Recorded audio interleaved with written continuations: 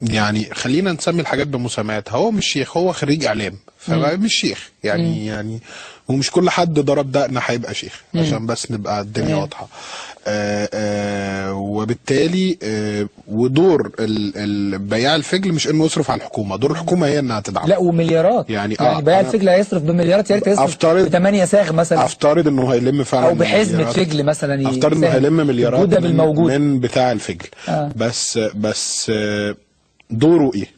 هل انا دوري ان انا اصرف على الحكومه، ولا دور الحكومه انها توفر لي تامين صحي؟ ودور الحكومه لو مش قادره ده خلاص يبقى بتاع الفجل يبقى رئيس حكومه، يبقى هو رئيس وزراء. يحل المشكله. لو هو يحل المشكله يبقى هو رئيس وزراء.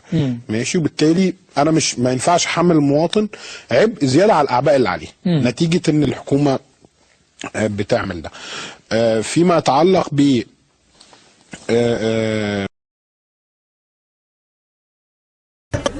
هو نفس المجرم اللي طلع بعديها وقال انا مش فاهم المصريين ساكتين ليه. المجرم بالنسبه لنا معروف.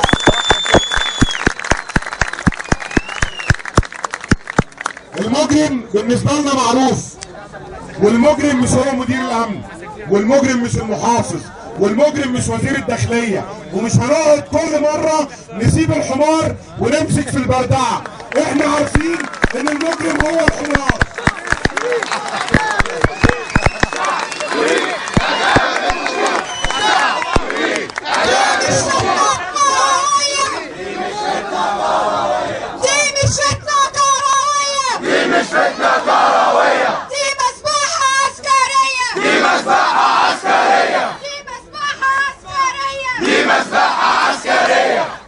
اللي بيحصل الحمار المشيط طبطاوي.